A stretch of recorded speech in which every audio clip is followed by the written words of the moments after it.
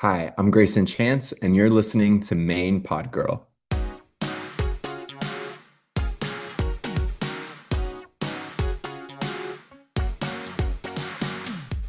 Hey, welcome to Main Pod Girl, a podcast made by Popheads for Popheads.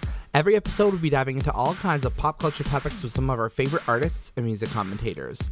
I'm your host, AJ Marks.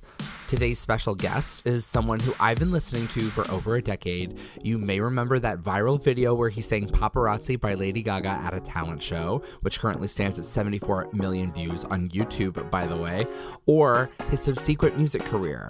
But today, we're here to talk about his fifth album, Boystown, which comes out later this year. I'm so excited to introduce Greyson Chance. So let's start off with what we're listening to. Greyson, do you want to go first?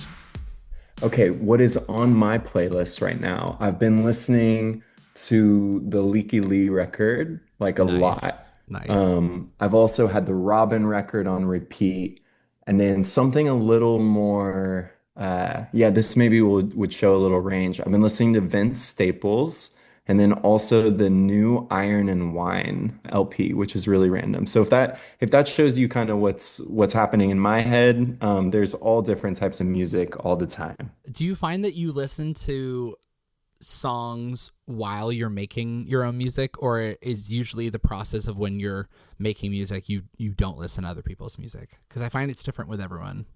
Yeah, it really is different with everyone. And I do think that a lot of musicians will get into this kind of rhythm of where they're like when they leave the studio, they don't want to hear anything, right? Because it's a little overwhelming.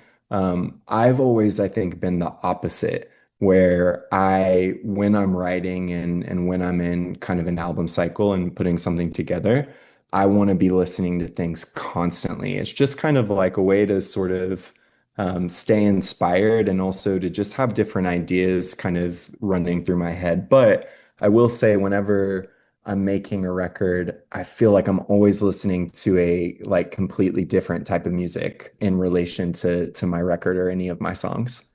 That's totally fair. I feel like I'm the same way. But yeah, I've been really interested in the new Charlie XCX song, SS26. Yeah. Spring Summer Yeah. 26. It's so interesting that no one like really knows where she's going with this record. So I find that very fascinating. I'm really hyped for the Ryan Beatty record that comes out tomorrow as of recording this. And then are you familiar with Cherry with the X instead of the E? I'm not actually. She has a new album out which is so good. Her song Bible is like maybe one of the best pop melodies of the past 5 years.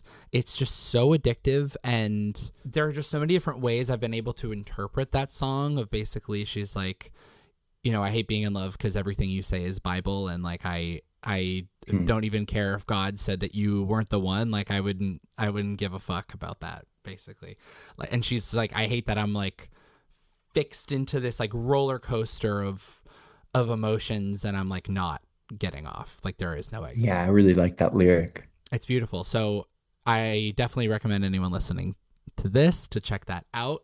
Before we get into the music of it all, I have to admit I spent all day yesterday diving into your Substack, Hmm.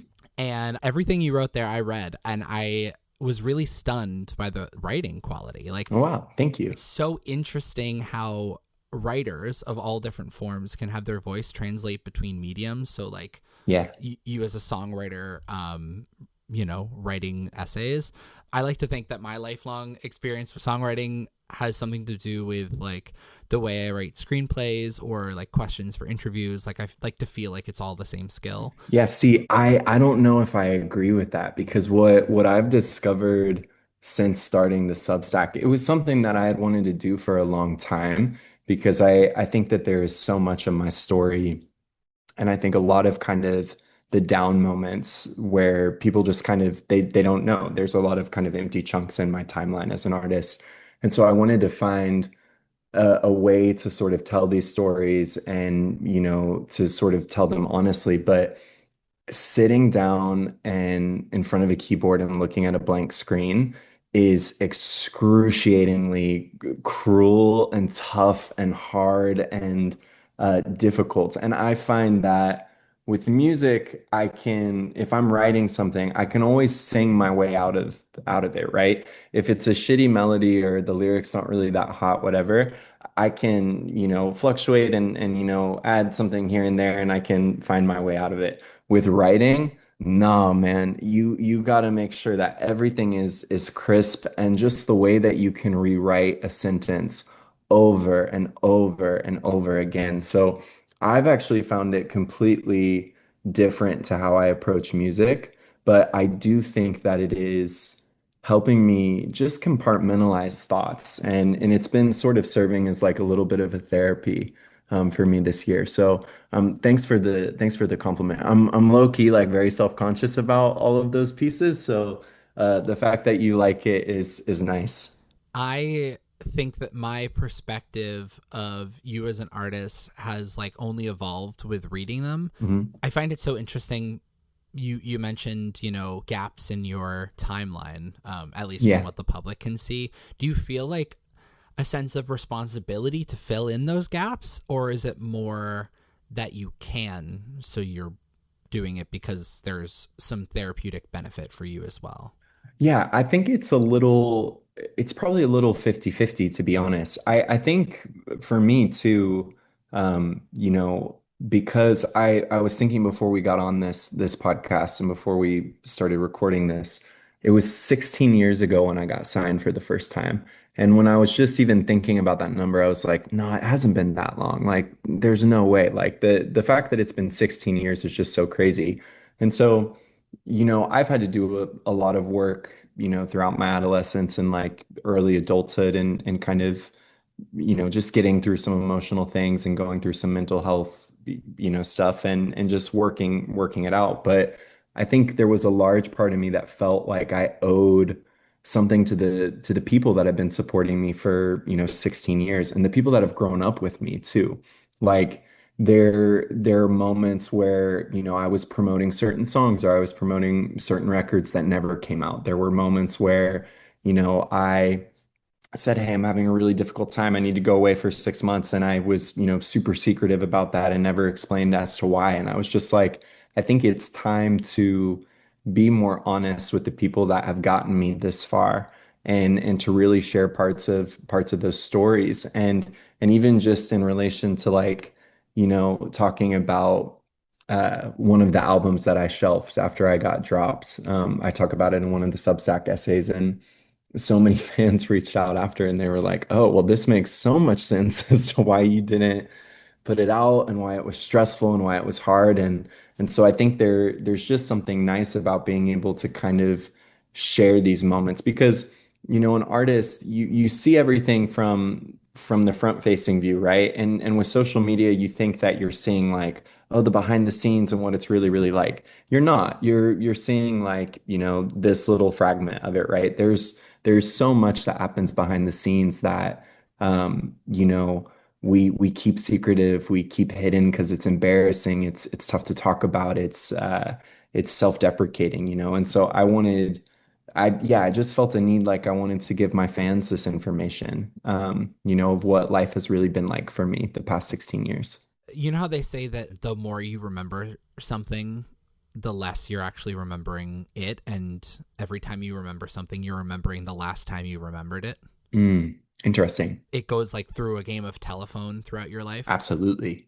I started this exercise where I wrote a book. I wrote down every memory in my life Oh, wow. and I just put it all in chronological order as though I was explaining it to someone who has never met me and has no idea Mhm.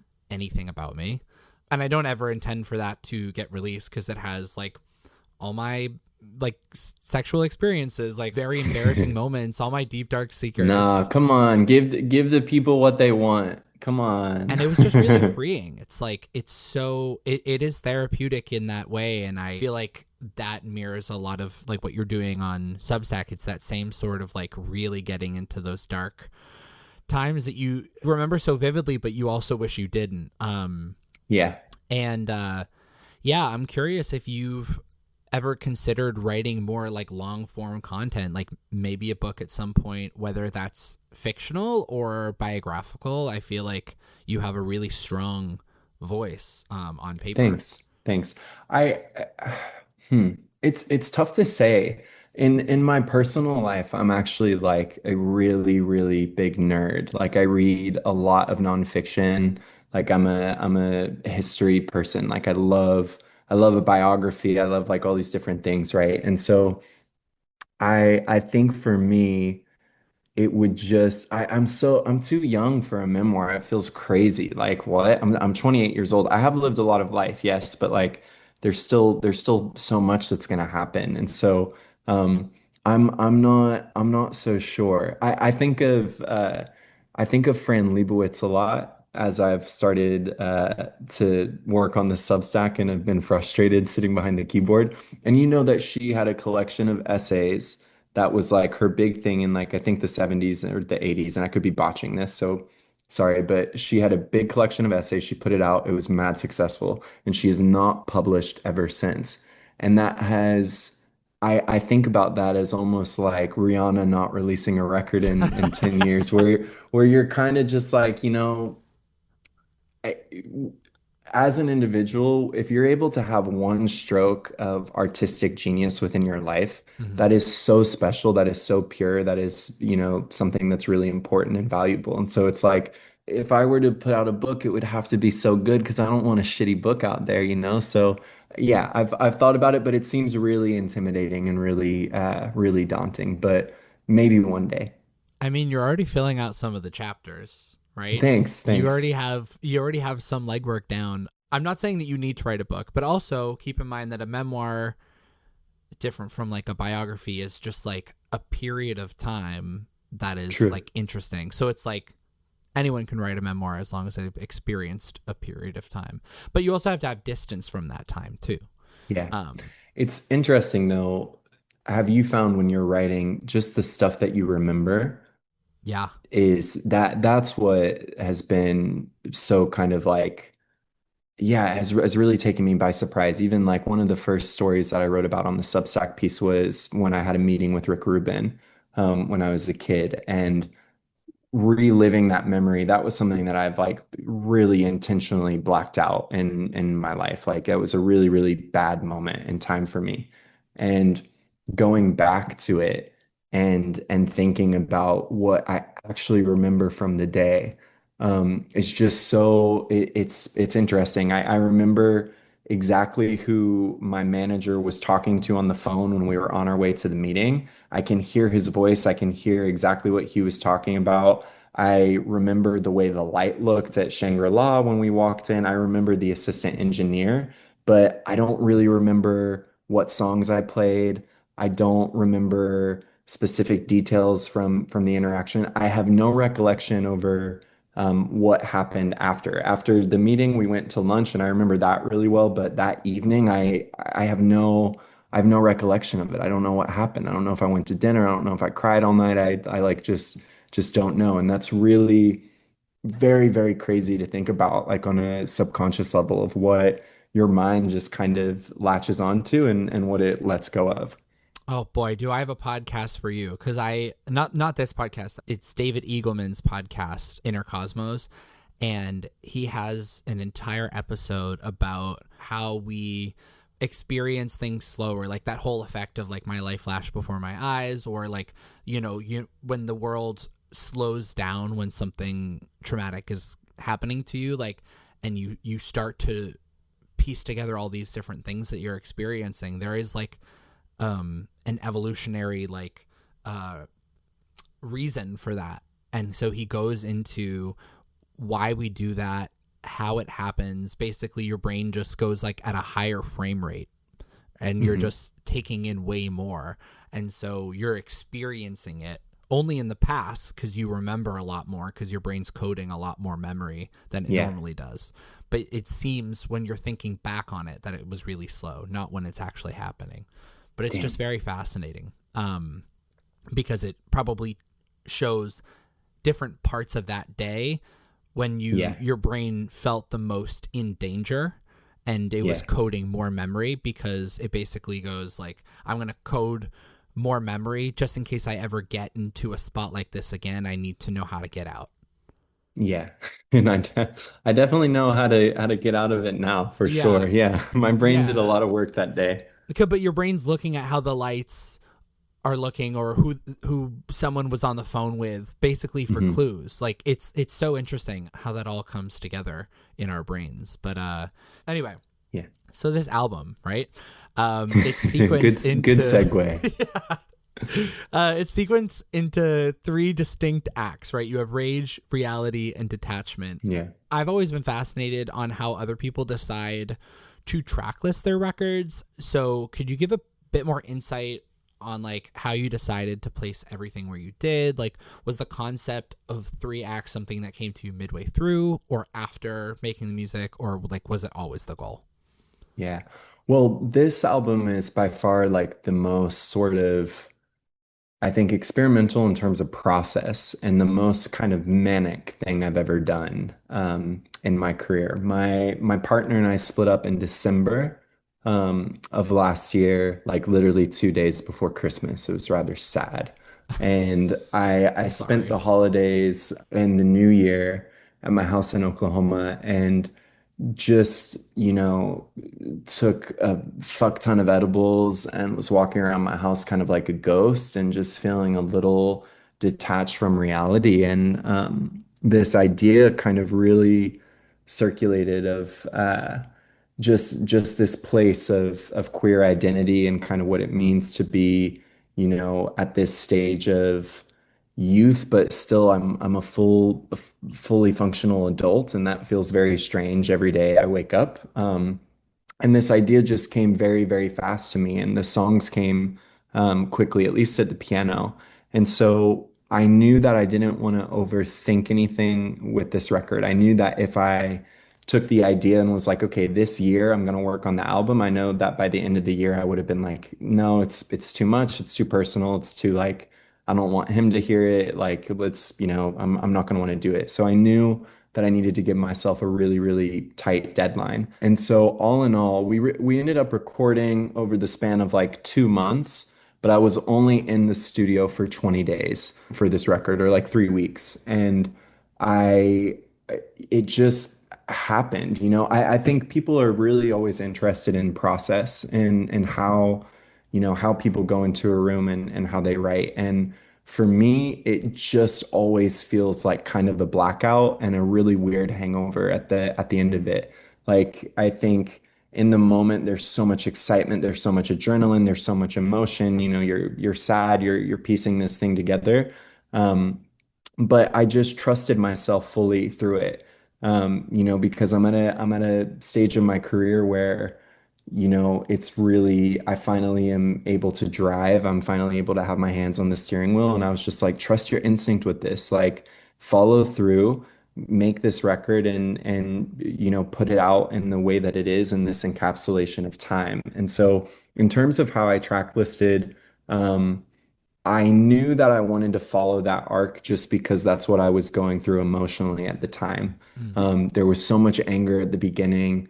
Then there was kind of this resounding, like, okay, this is what life looks like now. And then there's, the time where you do just start to distance yourself from your ex and you sort of move on. And so it all kind of fit in nicely once the songs were there, but I would love to tell you that it was like this pure intellectual, like from day one, I knew that this is what it was going to be. But like, honestly, talking about memory too, if I really think back to the past 3 or 4 months, like I remember flying to Canada to record, and I just remember like throwing everything out into the studio, and that's about it.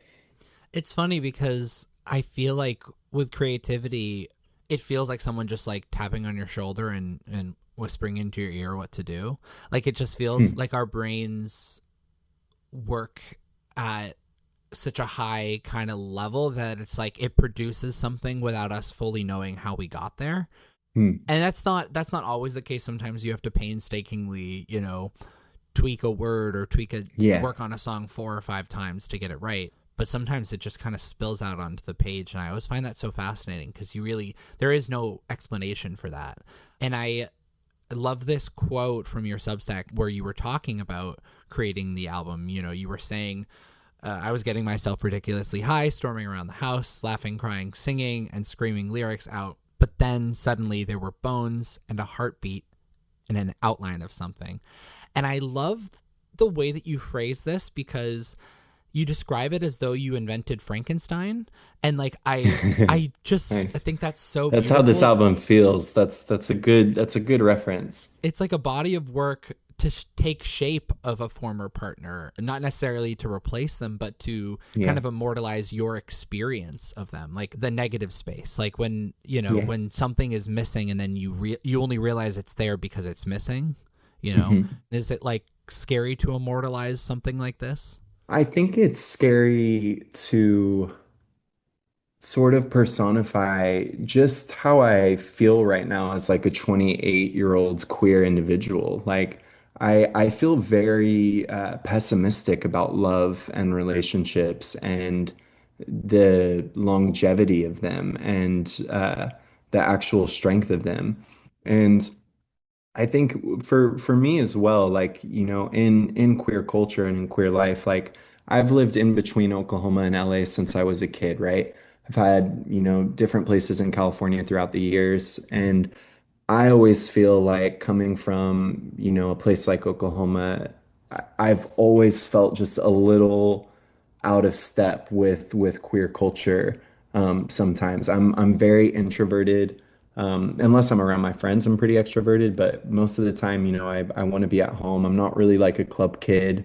Um, and I sort of live in this space that's a little different. And I think I wanted to really put pen to paper to that because I feel like it would be relatable because I know if I'm going through this, that a lot of others are going through it as well. But this was just like kind of a word vomit about everything. It's a word vomit about how at the end of the day, you really can't rely on someone 100% in a relationship. How, there's some narrative on like, what I kind of think, and not in like a shaming way, but like how I've just seen so many open relationships fail, and how I think that's just such an interesting thing that we do in queer culture. And um, yeah, I wanted to get some things off of my chest. And I think my hope in this was like, okay, this is a breakup album, but also maybe it does feel like an encapsulation of like, okay, here's this queer individual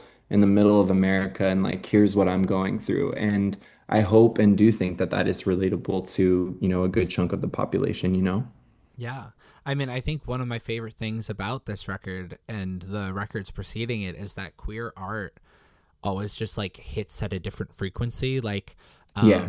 how Mariah Carey can hit notes that open garage doors, right? Like Yeah. I guess in the simile, I'm the garage door and you're Mariah Carey. But Fair. Okay. my point is that like queer men, we often listen to like a lot of the pop divas and their queerness and girliness resonates with us in some ways, but I think it's like a more specific experience when it comes from another man. Like I think gays in general fail to like appreciate art from queer men as much as they do from women, and I've never been able to like put my finger on why. I had an ex one time that was like, I don't like listening to guys at all. He was like, I don't listen to male artists. I only listen to girls. And I was like, that is so fucked up and so stupid. Like I never understood that. I thought that was such a wild thing to say. But I do think it's rather common. I think I'm probably the outlier on that. I've tried like a million times to kind of like rationalize it, or at least come up with some sort of like idea of like why gay men love straight girls more than they love listening to other gay men. And Mhm. there's no like pejorative on like straight women making music that's beloved by queer men, but it's just always fascinating to me. So I think since we're recording this during Pride Month, who are some queer male artists whose music resonates with you? Some queer male artist whose music resonates with me. I love Oliver Sim from the XX. I mean, the XX just basically feels like a queer band. Yeah. I love his solo album. It's called Hideous Bastard. That's his artist name for that record. It's absolutely incredible. Well, I'm very excited for Troy's record. I will say that because I think, they're there's just a level that he's at right now, and he's so locked in. And I really think that this year is going to be insane. And I think it's really going to blow a lot of people away. So I'm very excited about that. And I want to say Muna, but they're not queer men, but they're they're my favorite queer band. I love them so much. You wrote about how Ridley Scott and Stanley Kubrick were inspirations for your Lost album, Planet X. Mhm. What are some films that you think would pair well with this album, with Boys Town? Feels a little more grungy, I think, For in many sure. ways. I'm trying to think if there was anything really particular that I was watching during the time. Uh, I don't think typically in the studio, I love to have a movie on in the background. That's like always been my thing since I was a kid, and we didn't really do that on this record. Um, I don't have a good answer for this question, AJ. I'm so sorry. I can't think of anything off the top of my head right now. I really what was funny too is like during again, kind of describing a bit of like the mania of this record. I'm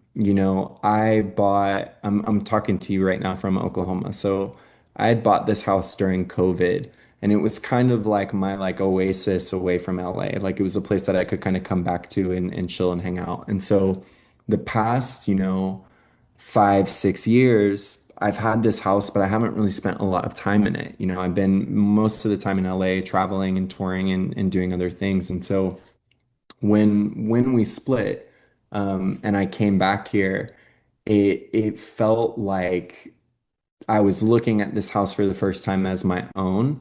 And it really sort of freaked me out. The only thing that I kind of kept me centered through the process was like during those 6 months of like from the breakup to then submitting the album into the system, it was there were no spare minutes of time. It was lyric sheets everywhere.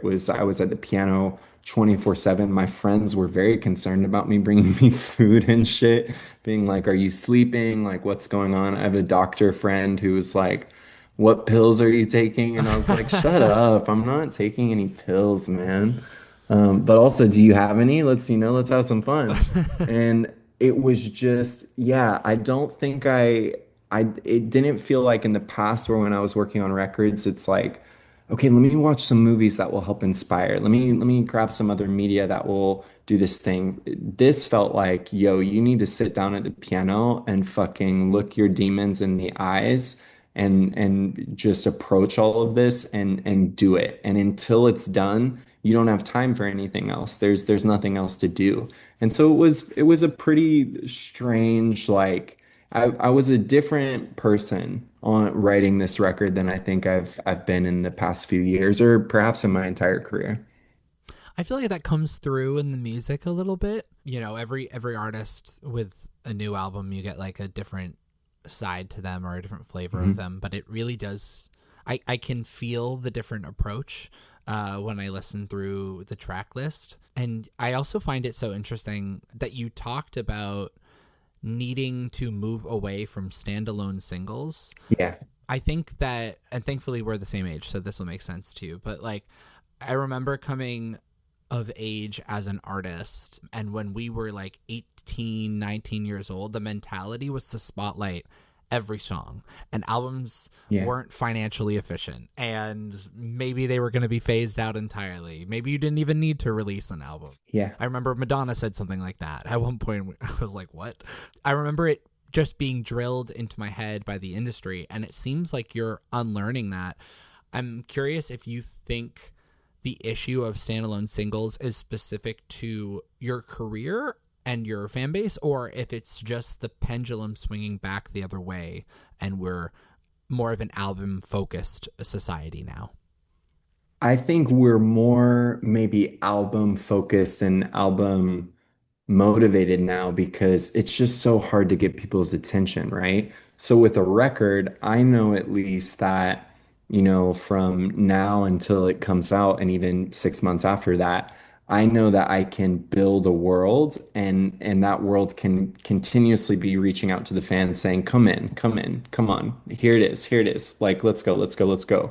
And I think that's the important thing because one of the biggest, I think fucked up things about being a musician right now is the fact that you can't reach your followers. It is such a it is such a demoralizing, it's such a tough thing because these people have taken time out of their rhythm, out of their day to say, you know what? Yeah, I do want to follow your page. I'm interested in what you have to say. And then you're never gonna see my shit. That is such a bizarre world and landscape to be living in. And so I think for me, what I noticed is, and I've had a really rocky 3, 4 years. Like, it's yeah, there was a lot that happened. And through that period, I was putting out these singles that I believed in so much. And I love the music and I was passionate about it. But I just felt like I couldn't catch anyone's attention. And I felt like I was still having fans reach out like months after saying, "Oh shit, we just came across the song. We didn't see it." And so I felt like I needed to build a world for my fans that had multiple doors, multiple windows, multiple ways to get into the world. And again, too, kind of just going back to the manic, side of this record. Boystown, that idea was the first. It was the first song I wrote for the record, and then it just be kind of came this, this thing for me because I remember it was like one of the first like experiences I had going out. As I think it was still with a fake ID, if I'm being honest, but I remember being in Boys Town in Chicago and experiencing that for the first time and being surrounded by like a bunch of fucking BDSM, like being like, oh shit, like there's some wild stuff out here. And there's all different types of people and all different types of relationships and individuals and characters and personalities. And that just felt like that needs to be the space that I'm going to tell this story in. And so it was pretty immediate, and I was just like, okay, I wrote probably like 20 songs in a week. And I was like, you have a record, you need to set a deadline and actually do it. Talking specifically about getting attention, I know that your single Jock Porn, the title and the artwork got a lot of attention Yeah. online. And I think the taboo around porn helped fuel that. No one expects someone to write a ballad about porn. But as like a Yeah. queer person myself, I always felt like there was an extra layer of shame around the idea of watching porn, not only because it's a taboo to begin with, but have how closely it's tied to a sexuality that felt like a taboo in Yeah. itself, like the only evidence of a secret that you're keeping. And I Yeah. think it takes a while in adulthood to untangle that aspect of things for us. And I talked about this in the piece, but like it's different for queer people too, because straight people watch porn to see what they like, what they dislike, what they're into, what types of girls turn them on, what types of boys turn them on. Okay, XYZ. For queer people, porn is like that's the first identifier that you're different.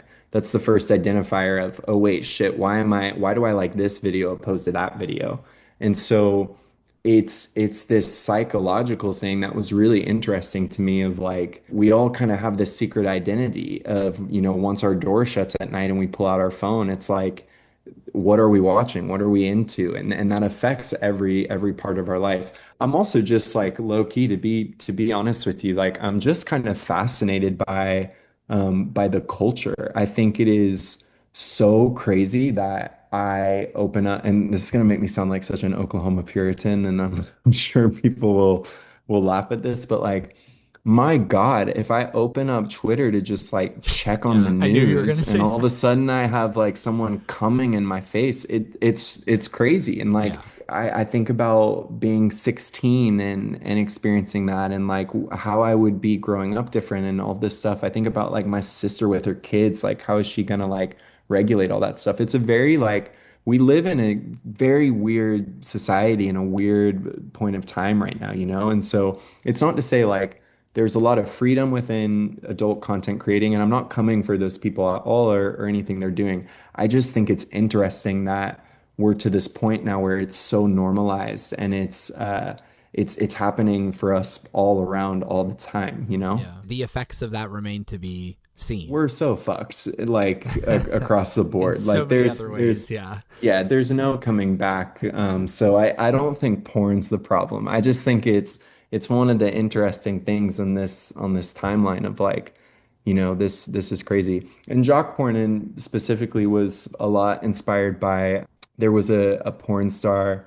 I don't even know if that's an appropriate term to use anymore. But I'm gonna use it anyway. There was a porn star who passed away last year in a motorcycle accident, and it was such a weird the sadness that I felt around it. Number one, he was young, which was, obviously already sad, but I felt heartbreak because in a weird way, I felt like I knew this person. I've been watching their videos, been, jerking off to his videos for years and years and years, and I've never met this person. I don't know them. I don't even know what their life looks like, but it felt like I had this connection to this person, and that was crazy to me. And I was like, that you need to write about that. Like, what is this? uh, when like addressing it on a song and immortalizing that, I feel like and then leaning fully into it with like the marketing. Yeah. Is this part of your journey destigmatizing that conversation for yourself around It, porn? no, it's fun. It's funny. And like, honestly, like here's the thing with virality in like a modern landscape too, right? Out of all of the things that could have, if you were to like, if you were to say, Grayson, like, here's $100, what do you think will go viral in the next 6 months for you? I just wouldn't have suspected that like me posting the cover to my song, like a single cover would cause such a stir, but it did. And then it becomes the internet assuming that you're trying to, because now it's viral, the internet assumes like, oh my gosh, you're trying to make this grand statement and you're trying to do XYZ, and you're saying such a big thing with this cover. The reality of it was I really liked the way the photograph looked just juxtaposed to the song. Hmm. And the song is just a personal note of my own experience. I don't think I'm really trying to destigmatize anything or really make a grand gesture about anything either. I just think it's like, hey, this is interesting to me and accurate to my life right now. Because in my relationship, we had a very healthy sex life, but a sex life that was riddled with a lot of just weird shit that after the fact I had to untangle and sort of figure out. And I do think some of the bleed through of what pornography does to your brain and like, the way that it can enter into your sex life and stuff. I took note of that once we broke up.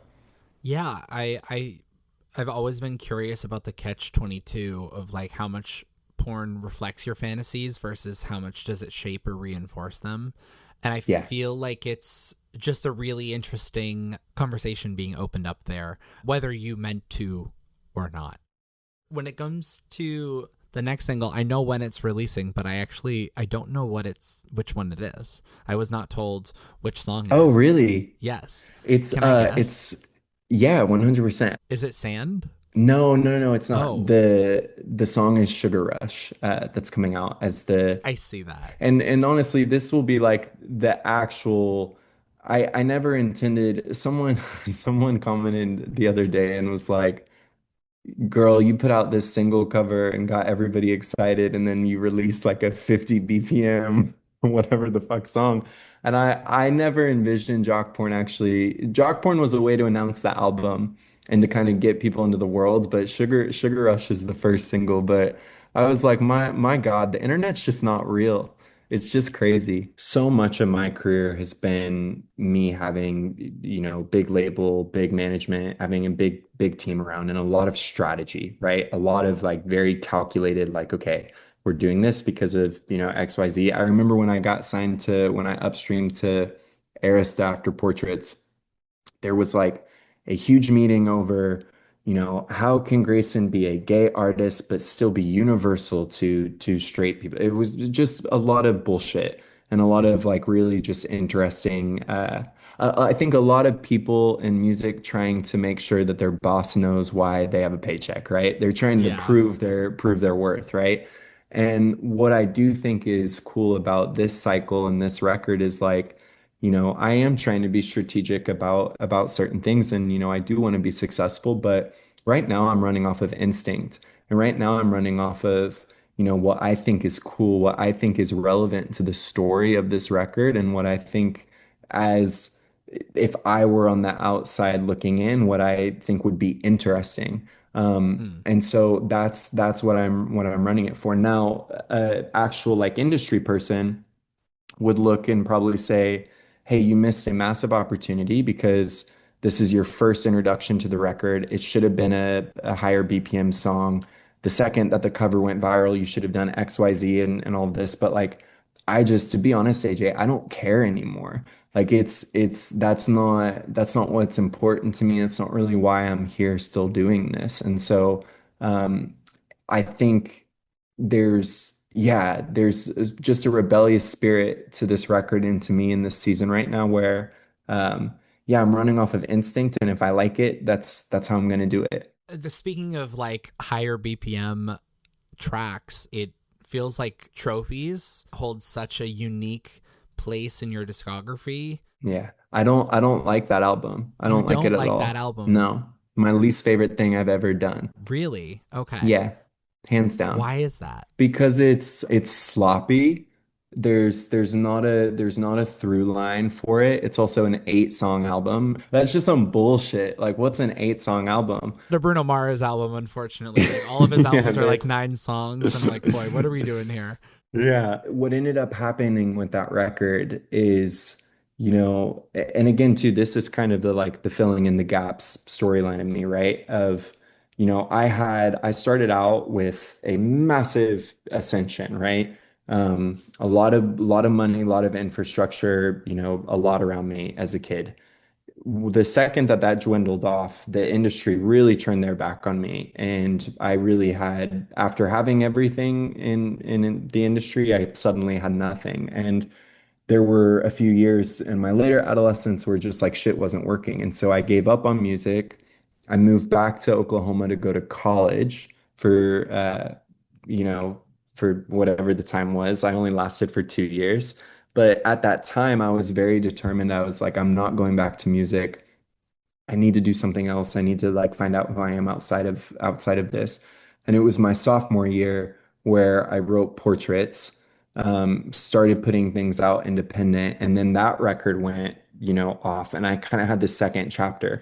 Well, post that, a lot of majors started reaching out and we started taking meetings. And I remember telling my manager at the time, I was like, I don't want to do this. I'm not interested. I want to stay independent. I want us to have, this streak. And when Sony came along, the vibe was a little different, and I really trusted the executive a lot. And I took probably like 4 months of vetting. We sat down for multiple meetings, and it was really like I needed to hear that, hey, we are going to give you a creative lane. You're going to be able to drive the ship. This is what's going to happen. And so I signed that deal in it was probably like September of 2019. And then we really started like January 1st, where, okay, we're ready for this year, blah, blah, all this stuff. And then COVID hit. And then my relationship with the record label just went really, really sour, went really, really left. And so Trophies is the product of it was so much fighting, endless fighting over what the music needs to sound like, how to, like I said earlier, how to appro be an approachable gay artist. God, I heard that a million times at Sony, and it was just a fight, the whole thing. And so when I listened to the album, I can tell you what songs I really love and what songs I really vied for. And then I can point to the songs that was me going into the studio going, they want a fucking dumb pop song. Let me give them a dumb pop song. Like, let me just do it. Um, and it really sucked. And to be honest with you, that it's already hard enough to pull a rabbit out of the hat, but to then get back to being signed on the major and then for it to all explode again, it was a really, really difficult time. And so I try to find love for that album because I know that the fans actually really like it. And there are some good songs on that record and from that period of time, but I think it is, yeah, hands down the worst thing that I've done as a musician and a songwriter. That's so interesting because I was like, You're and you're look. like, no, it's my favorite album. I know I do like that album, but I was looking at it more of like when I'm looking at the discography of hmm you, it does just like stick out, kind of Yeah, like a sore thumb between Palladium and Portraits. So yeah, I was just curious about like what changed, and that is a very interesting like filling in the gap there. So I appreciate that. yeah. What changed is old straight white men saying, "This is what's cool. This is what your fans are gonna like. Here's what you should do." And it was ridiculous. It was crazy. But the music industry during COVID, I mean, everyone was just running around trying to figure out what to do. And it was a really, really tough time. I think had the pandemic not happened, I like to think that that deal would have ended up better, but it didn't. And you persevere. And then my next album, I think you can follow the through line of me being like, I'm gonna go make a piece of art. Mm. Fuck all of you. I'm out of here. And that's what I did with Palladium for sure. You joked about that being my favorite album, but I think Boystown is actually my favorite album. Hey, thank you. It feels the most you, and it feels the most like something that you specifically can bring to the music industry. Thanks. It has your like DNA all over it. That really does mean a lot. Thanks. And I'm trying to find joy in it too and remember that none of it existed. I mean, we're talking now and it's the summer. None of this music existed. This idea didn't even exist, a few months ago. But yeah, I'm really excited for people to hear Sugar Rush. I'm really excited for people to hear Sand and Body Delight and a few of these other songs, Bulls especially. So I do, this is Main Pod Girl, and I do want to end on, I think with the way you rose to popularity, famously a little monster. Yeah. What are your thoughts on Mayhem and the third wave of Gaga's career? Oh man, I have so many. We could talk for another It's a hour whole about separate this. podcast, yeah. I remember when Disease came out, Hmm. and as a little monster, as a person that has been in this orbit since the fame, right? Since, 2008. Disease was just everything I needed. It was everything I wanted. It was I was like, this is so fucking good. And I remember getting online and I remember seeing all of this, people saying, blah, blah, blah, whatever. Everybody had a comment about disease, right? And I just remember thinking, I was like, they don't know. They don't get it, and they will. They will once more comes out and once more starts to happen. And the flip that people had when Abracadabra I came was out, gonna where all say of a sudden yes. it was just like, oh my God, this is the best thing in the world. It was so comical to me because it's like just let her live, my Lord. She is Lady Gaga. We are so lucky and so blessed to be living in the same timeline as her and watching this person create the art that she has created. And so I guess my point to all of that is, you know, give her endless flowers. People, if they didn't get it at the beginning, it's fine. I think they get it now. I think they understand it. But Like art it pop. is funny.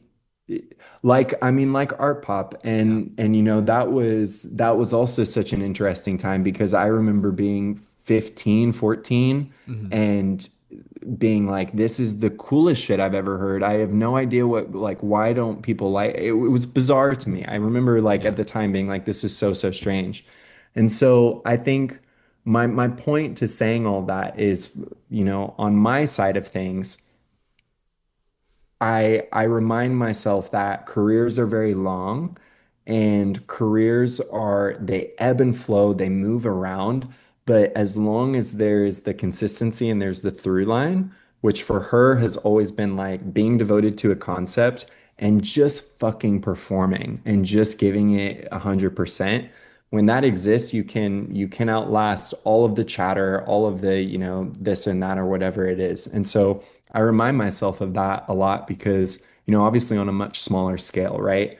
But I've been able to do this now for 16 years. And I think the through line for me is, some of those things that I've studied from her of like really being committed to the concept and really believing in yourself and just going for it. Watching the Mayhem shows Hmm. after I've been to every tour, I've seen her live so many different times. That was the best I've ever seen her perform, and that is so fucking inspiring. Like that is really that almost wakes me up in the morning more than my own shit. I'm almost like, man, if she can still be doing that and performing at the level she is, then hell yeah, I'm gonna believe in myself and I want to do that too. And if you didn't like Disease, fuck you, man. That's where I'm landing the plane.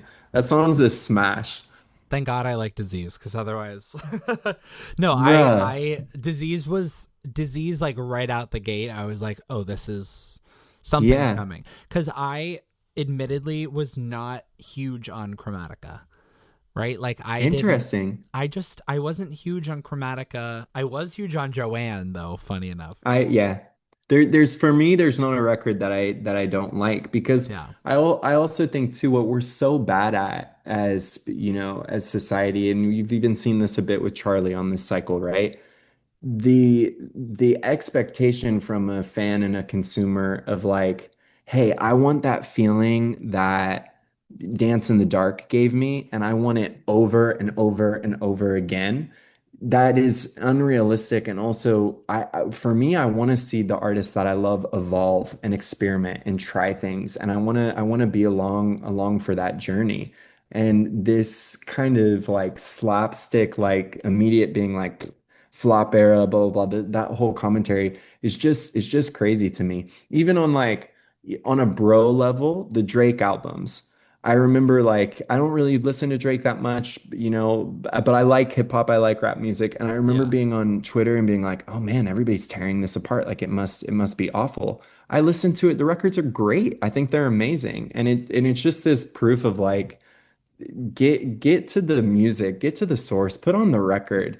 Like ignore all the other shit. Like remind yourself that these people are musicians.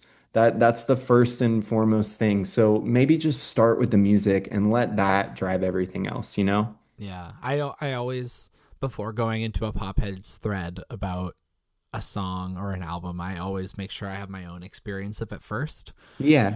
And I do that with movies too. Like I don't watch trailers, like I don't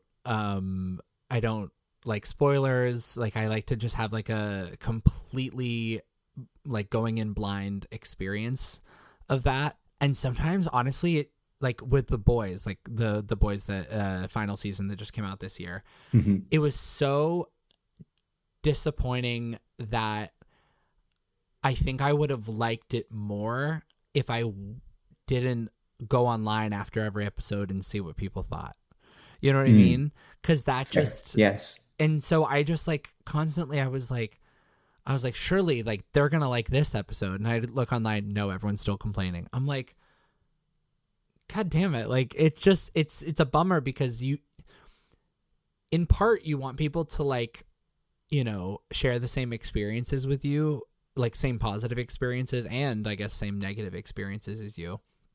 On if you like things or don't like things, but it can really kind of affect the way that you see things, unfortunately. And Yeah. so I stopped doing that.